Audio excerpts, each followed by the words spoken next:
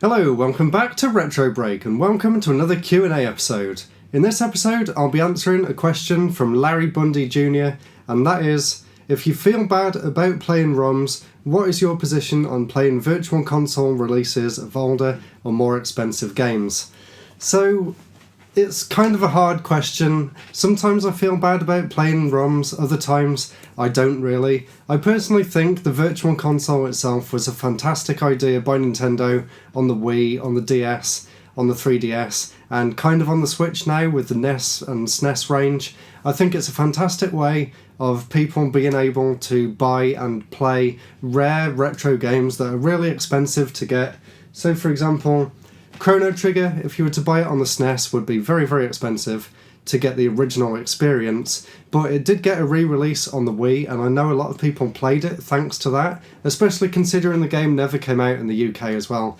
So I really can't say no to the Virtual Console in that sense. I think it was a fantastic way for people to experience games that they wouldn't even have a chance to experience otherwise. And it's also great to have an official way of playing ROMs, but that does bring me on to another point about emulation and ROMs in general.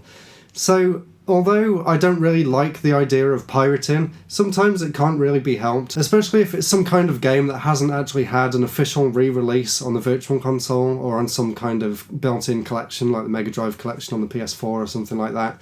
So for those kind of games, I really don't see any problem at all with someone just downloading an emulator and playing them. So I personally don't really think emulating and ROMs is really that bad if the company can no longer make any money off the game in question.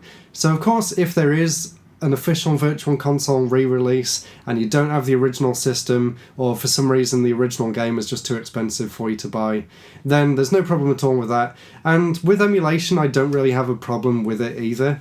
Many years ago, I went to a computer fair and I actually picked up a CD for Windows 95 at the time, and it basically had every single SNES game ever on it. At the time, I didn't even know what an emulator was, and this was my first introduction to emulators and ROMs, and I just had a fantastic time going through all the games on that disc. And honestly, without that disc, without SNES 9XW, the emulator was called, without that, I don't think I would have anywhere near the collection that I've got today, and I wouldn't even be interested in retro games as much as I am today either. So from that point of view, emulators and ROMs are fantastic for finding out about the games, and that's really where I stand with this. I think if you play a game on an emulator and you really enjoy it, personally I love to go out and actually buy the real game itself if it's affordable. And I don't even really mind picking up something like this, which is a reproduction cart. This is for Trip World, a very, very expensive Game Boy game, but I managed to get this cart that you can play in an original Game Boy for just a few quid. And obviously it's just a ROM put onto a cartridge, but I just like having something physical to actually play. But like I said, I'm not against emulators. And when I was in college, I used to have something called a Gizmondo, which was a failed handheld system, but it had a great library of emulators. So I used to play loads of Mega Drive games, loads of SNES and NES games on that. And like I said about that SNES CD, it was a really great way of finding out about a lot of games that I wouldn't have even known of otherwise. It's how I got into a lot of games for the Mega Drive.